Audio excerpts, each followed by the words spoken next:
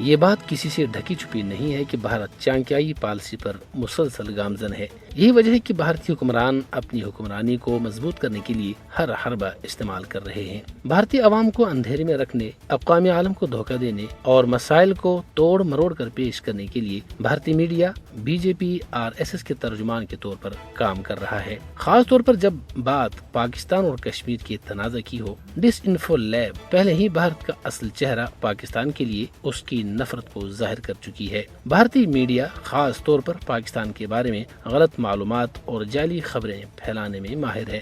پاکستان اور کشمیر کے بارے میں ہندوستانی میڈیا کوریج کو صحافتی بددیانتی سے ہی تعبیر کیا جا سکتا ہے۔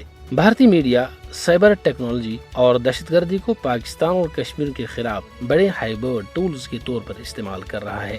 ہندوستانی صحافی اور ٹی وی اینکرز وہی کچھ بیان کر رہے ہوتے ہیں جو مودی حکومت کی سرکاری پالیسی کے مطابق ہے۔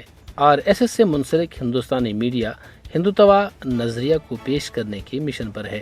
جنگ کا پیاسا نفرت پھیلانے والا بھارتی میڈیا مودی کے فاشسٹ ایجنڈے کی حمایت کر رہا ہے۔ مودی سرکار کی ہندوتوا پالیسیوں پر تنقید کرنے والے صحافیوں کو مختلف ہیلے بہانوں سے دھر لیا جاتا ہے، انہیں جھوٹے مقدمات میں الجھایا جاتا ہے اور ان پر وطن سے غداری کے الزامات عائد کیے جاتے ہیں۔